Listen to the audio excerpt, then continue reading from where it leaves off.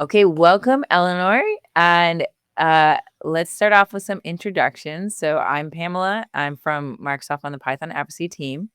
And can you tell us about yourself and what you're doing now? Sure. I'm Eleanor Berger. I'm a consultant and advisor on AI engineering, and more recently, also an educator focusing on AI assisted software development. And I'm running the Elite AI assisted coding course and community together with Isaac Fuss, which we think is probably the most comprehensive course on using AI for doing software development.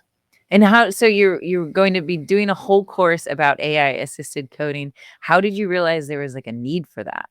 Oh, the world told me. So it's kind of funny. I'm talking to lots of teams and leaders and people working in software development in general. Mostly it was around helping them build with AI. So the sort of thing where you use AI APIs or fine tuning, evals, this kind of thing. And at some point I just started hearing like, okay, that's cool, but can you help us with this AI assisted software development? Because this looks really powerful and we need to understand how to integrate it. Okay, so that's just something you kept hearing from people at companies. It does seem like in the past year we've all come to realize like, wait, this could be really, really helpful for us if we know how to use it, right?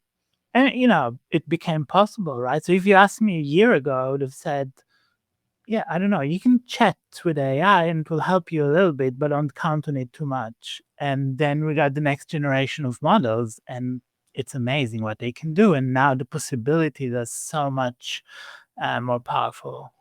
And so what sort of tasks do you think are the best suited for these agentic coders now? What I'm especially excited about is anything that you can fully delegate, orchestrate, do in the background. I think that there's a lot of focus on interactive working with AI. It's fun, it's very helpful. I do it myself, of course, a lot too. And that's something we also cover in the course. But when I think about what's really going to make a difference for software development in the large for teams that are trying to improve productivity, improve quality, which is in many ways even more interesting than productivity.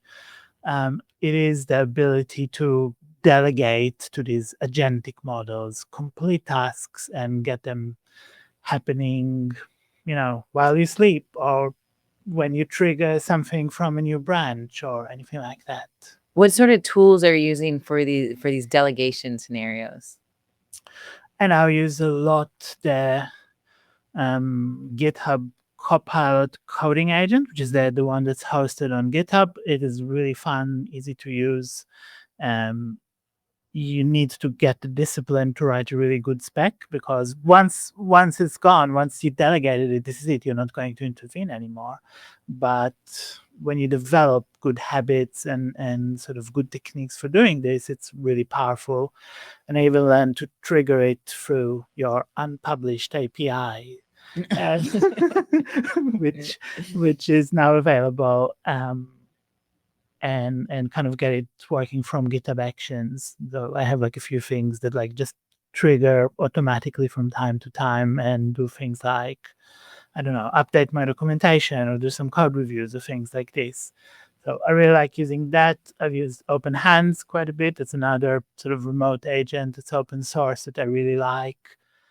Um, there are things you can run in GitHub Actions. So any of these command line tools, I've used Codex and Open Code and some of these other command line tools, just kind of giving them a prompt and some context and triggering them from GitHub Actions. Okay, cool. So, and you mentioned spec, the importance of the spec. And there is also this movement now, everybody talking about spec driven development, PRD driven development, test driven development. What do you think is the right approach when working with these AI coding? Yeah, I think you don't have to hang too much on the word spec. It can be a little bit intimidating to people sometimes when you say spec. They think like, oh, I'll need to write like this book length description of everything. With the point is, you need to give full instructions. Like if you don't instruct clearly what it is you want, the problem with these models is they will not tell you, hey, you didn't tell me what to do, so I'm just going to sit here and do nothing, right? They'll do something and kind of something random. you don't want. Software development is not a good place to do random bugs. You want to get a good specification, and so it doesn't have to have any particular structure. In fact, models, they cope with anything, but you do want to have all the information there, including, what not to do, what version to use, what are the sort of the constraints that should be respected. And the more you're able to do that, the more you can direct the results you got. One of the issues we've seen, you talk about what not to do. One of the issues is sometimes it does too much. Like, how do you get the agents to focus and do just enough? Yeah, I mean, this is especially a problem with Claude, isn't it? It's very eager, and it will sometimes invent things for itself to do. And it's less of a problem, for example, now with GPT-5, which I really like for that reason. But you just say. So I had this thing, for example, recently. I set up this process where I trigger the coding agent to update my documentation, and I would tell it, yeah, go update the documentation. And sometimes it would update some of the code. I was like, no, I definitely don't want it to update the code. That's not what this is about. And I don't want updates to the code that I didn't direct. That's a terrible thing to do. And so I just added like this paragraph in all capitals. Don't touch anything else. You should only update the documentation. And now it works. And so that's another question I have, is that how do you evaluate whether the instructions you've written are good instructions, right? Do you just evaluate by just doing one check, or do you have any sort of formal evaluation systems for determining whether you've written good instructions? And to be realistic, you're not going to have a formal Evals suite for every little task that you do.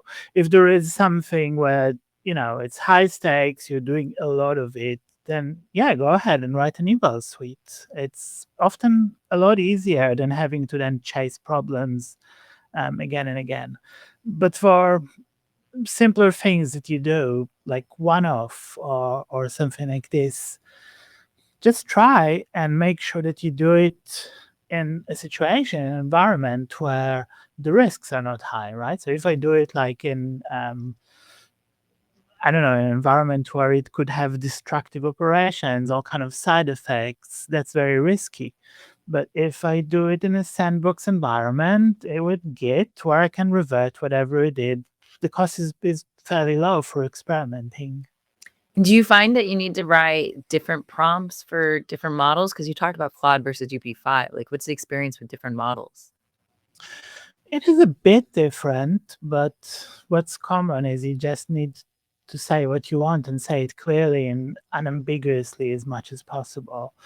And then, yeah, with Claude, I find that sometimes I need to repeat things multiple times or use this kind of very stern language, not like, don't you dare do this thing, like whatever I can do to convince it to follow my orders. Whereas with GPT-5, it's a bit more sort of almost clinical. I'll just say something and I'll keep it as short and concise as I can, just with all the information in it. It will follow it. So it is a bit different, but you kind of fundamentally it's not that different, and you get a feel for the subtle differences between the models.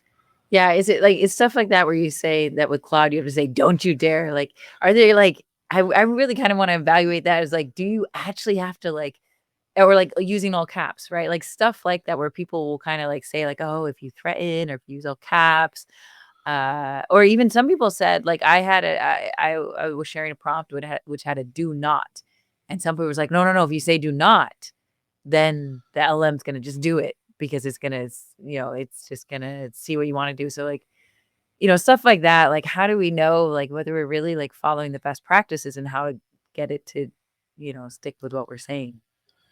There's a lot of superstition Yeah. and around these things. I think the things moved really fast. I think the first generations of models like GPT-3.5 and even the first versions of GPT-4 and Claude, they were quite sensitive to kind of subtle differences in wording in a way that I think the newer models, especially the reasoning models, are not.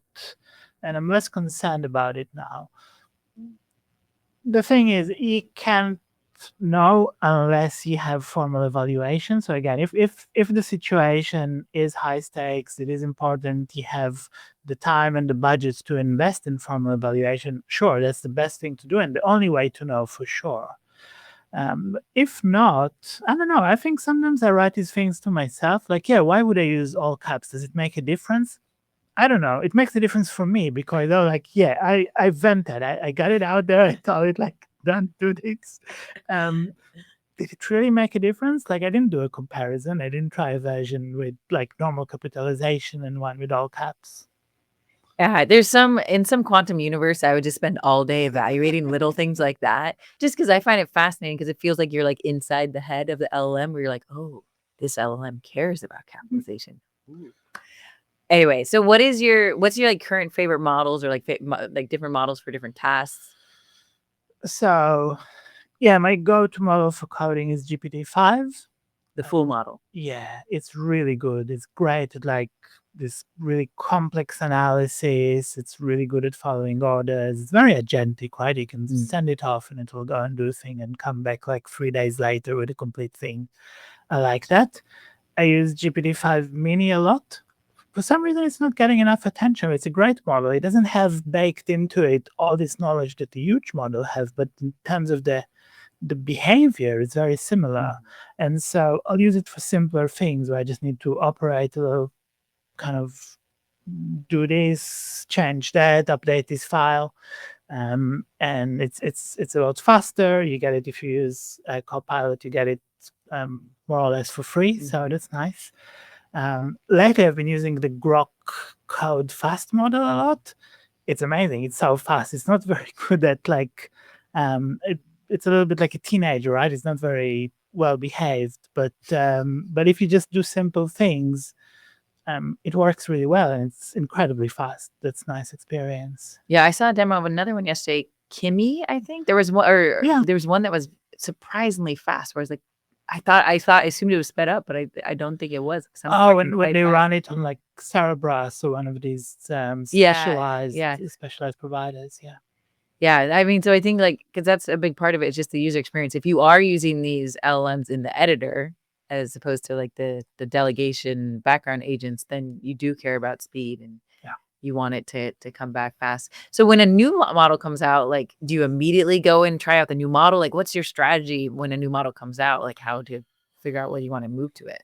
It's no longer possible to try everything, right? Because there's so much going on, which is wonderful, right? We have, it used to be there's like 2 or 3 different kind of main labs. Now there's so many. But I try a lot. I really try many new things. Lately there's been like a wave of really great releases from some of the open labs, the Chinese one. There's a great model from Quen from Alibaba. There's Kimi and the one from Jipu. I tried them. The thing is, it does actually make sense to know a model well, to get a feel for it. And so at some point, I need to make a decision. Is this not part of my toolbox? Now I'll invest in learning about it and trying different things and kind of figuring out how to use it. Or if it's not, I'll basically ignore it because, yeah, time is limited, attention is limited. Yeah, I mean, for most developers, we don't really want to have to spend any time evaluating new models, right? Like many people said, like, just pick the right model for the job, but it seems like that's a really hard problem to do generally, right? I think, I actually think that people are maybe missing out if they're not taking a little bit of time to learn, because this is becoming one of the main tools we use. So I don't think any developer would say, well, I don't care which programming language I'm going to use or which compiler I'm going to use. No, obviously, that's like a main tool they're using. But we still didn't kind of get used to AI being so central to what we do. Sure, what? You're not going to spend like 2-3 hours to learn about this tool that is now going to write all the code for you? Okay, so you would actually say that most of us should at least spend a little bit of time getting to know our model. I think so. Yeah, I think it really makes you more efficient and gives you more sort of control when you understand how this model works, what are the different like quirks, Mhm. how to steer it. Yeah. All right, yeah. So everyone listening, go and study your favorite model. I do actually like GPT-5 quite a bit. I like that it's quite clinical, not as emotional as Claude. So I first learned about you from your project Ruler. Can you talk about Ruler? Yeah, Ruler is a project that I created also kind of in response to demand, because I was talking to lots of teams and they're saying, well, how are we going to manage rules and context and configuration for our AI tools? I was giving everyone the advice, you should manage it centrally. Like, it doesn't make sense for every developer on the team to do their own thing, because then you'll miss out on the opportunity to gather context together. And but it turned out there's no way to do it, because all the different tools have like their own format, their own location. It has improved somewhat now with the agents.md standard, which I'm really excited about. But even with that, MCP server configurations are different. So I was like, okay, we might as well write a tool. And it also became a nice opportunity for me to, it's the first project that I did completely with AI. I didn't write a single line of code in this project. All of it is just like, I write the specifications, I get AI to execute on them. And it's open source, and I got quite a lot of contributions. So I don't know if everyone, but I'm pretty sure a lot of people also do it because it's so central. And yeah, so it's a nice little tool. It's nothing big. It's like a glorified script, really, that kind of takes context from a single location. You can put in multiple files, your configuration for MCP servers, and will then kind of instantiate it for all the different tools you're using. Because you were finding that people at companies, like different developers, were using different tools, and they wanted to be able to like share the same rules for those agents. Sure, because developers, they develop this intimate, passionate relationship with their tool. If you tell them like, hey, stop using this ID, you should use another ID, they'll quit. They'll be like, I don't want to use this other tool. That's my thing. That's how I roll. And I don't think that's changing. I think that there's always going to be people using whatever is their tool of choice. So we need the infrastructure around it to support it. Yeah, that's why I'm also really excited about agents.md, because Yeah. that's a single file you put in the root of the repo. And, they're expanding that to try and be able to get a little fancier, like in different subfolders and stuff like that. But even having just the standard on that, I think is really exciting. And like in your Ruler repo, you have like a list of all the different coding agents and what their rules file is. And recently you got to change a lot of them to agents.md, right? Yeah, and every week, like, we get to add another one to kind of convert it to use agents.md. I think it just in the last release of vscode, it got converted or added, because you can still use the instruction files. And there'll be more. I think that's really good trend. It's people are really rushing to implement new features and new tools. And that's great. I love it. But we also then need to like stop and standardize and come together so that it's not all over the place. Yeah. So with agents.md, that's where, we put our rules for the agents. What do you think are the most important things to have in that agents.md? I think one thing is just where to get relevant information. Because again, the problem is the models will not tell you, hey, I'm down tools, I'm not continuing because I don't know how to use this library. They'll just invent something. So you need to be explicit about it and say, I'm using this library, this is where you can find the documentation, this is the version I'm using, this is the style of coding I want to use, and so on and so forth. And the more you do that, the more control you have, and the less sort of backtracking you need to do, right? The less you get into the situation where you did something and now you're like, okay, we're going to have to clean up after that because it's not really what I wanted. That's very good to do. I put a lot of operational stuff. So things like, always when you commit, add yourself, as in the AI agent, as an author, so that I can go back and review it later. Or when you branch, I want you to always branch in this way with this naming convention, because that's how I like the project to run, this kind of thing. Do you find, because, you've been recommending this for companies, So if a company has a repo, that repo has an agents.md, are we seeing like that, multiple developers on a project are all kind of like sending changes to agents.md? Like, I'm just trying to picture what is the collaboration story for creating the agents.md for shared repo. I think the reality is that if you look at different teams, usually there's like this one or two people who are early adopters. They're very excited about AI and they end up leading and showing the way. And there are often people who are still learning, still getting used to it, and they're quite happy for someone else to do it. I guess with time it will even out. More people will get kind of familiarity with these tools and confidence. But for now, I find there are always there's like one or two people who are especially passionate about it, and they kind of organically almost become the the maintainers of agents.md or the tooling or documentation. Okay, that's really interesting. So you really like you're having like the asynchronous background agents, but you are still doing some work inside editors as well. What's your current editor of choice? Yeah, I use Visual Studio Code with Copilot. It's really nice, and I think it keeps improving. Every release now is like new features, better adherence to standards, all kind of like nice little improvements in the interactions. I really enjoy using it. I sometimes use some of these terminal tools. I've been using Warp a lot lately, which is nice, more for like admin work, things like this. I don't use it so much for software development because for some reason I still like being in the IDE and looking. It's more like I'm a spectator. I don't actually write the code, but it gives me some feeling that I'm in the know. At least I understand what's going on.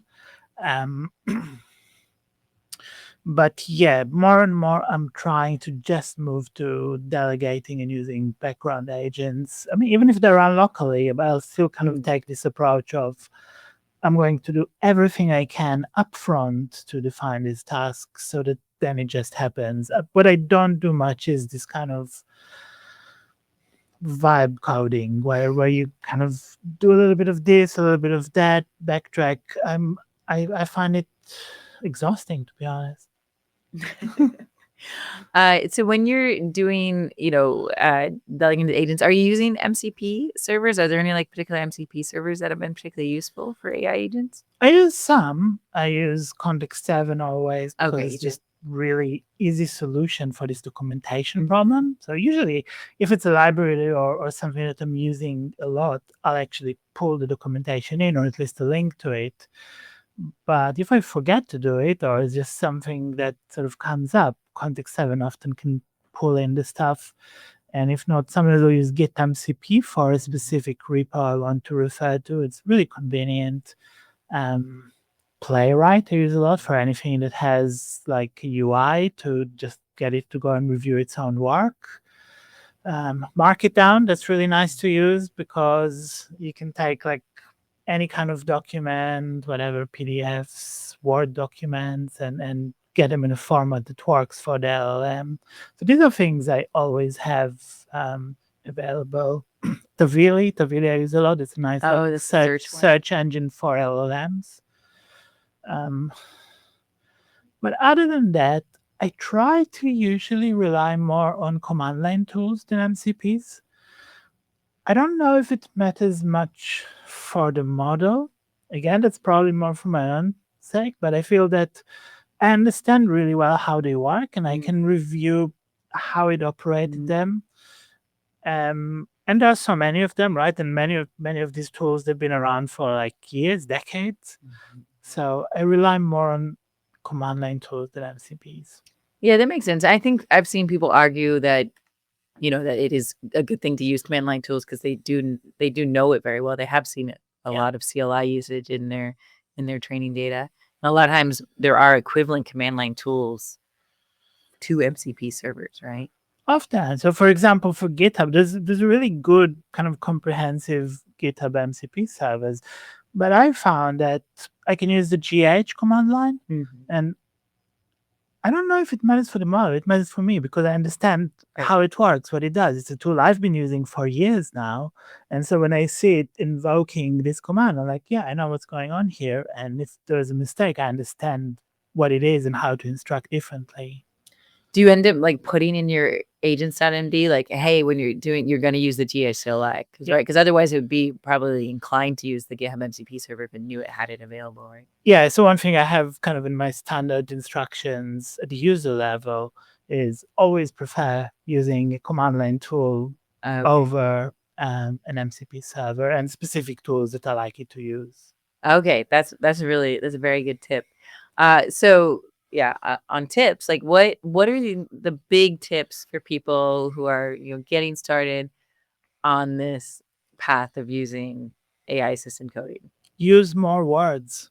Use more words. That's basically the biggest tip. Because I think it's always the biggest problem people have is they underspecify. It's really obvious to them what they're trying to do, but then when you look at how they prompted, the information is not there. And so just get in the habit of getting it all out there. One thing that I do now almost all the time is I dictate instead of typing, and I find that it, for some reason that I don't completely understand, it's more about the like psychology than software development, it unblocks me. So if I had to type it, I'll probably do like a little sentence, and if I dictate, it like becomes like a really long story. And it doesn't have to be even that well organized. The LLMs, they cope with anything. So if you give them like this stream of consciousness dump of everything you have in your head, now they have the information and they'll actually use it. The biggest problem is, people, if you don't give the information, the model will not tell you, hey, you didn't give me enough information, I'm not going to do anything. It will just invent stuff. Mm-hmm. That's a great tip. Use more words, and you don't actually have to type those words because there's so many tools for giving voice dictation now. I need to start talking to my computer more too. It seems to be very popular things that people are picking up on. It's really hard to get used to. And you kind of have, it's one of these things you have to force yourself a little bit to do. And I found that after kind of insisting on doing this and feeling really awkward, it feels just really strange to do this in the beginning. And after a few days, like, this is it. I can't stop now. I'm just like talking all the time with my computer. Yeah, I think in the new age of generative AI and AI assisted coding, we're all going to have to learn more habits if we want to take full advantage of all the new tools that we have. So it might feel awkward at first to talk to our computer, but then we can get used to it. Yes.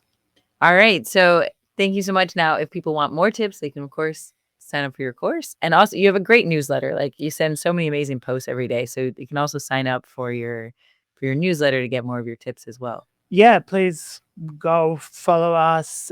We try to, apart from the course, which we hope is really kind of the most comprehensive journey through the current space, we release some tips and guides and something every day. And talk to us. Yeah, awesome. Thank you so much for joining, Eleanor. Thanks, Pamela.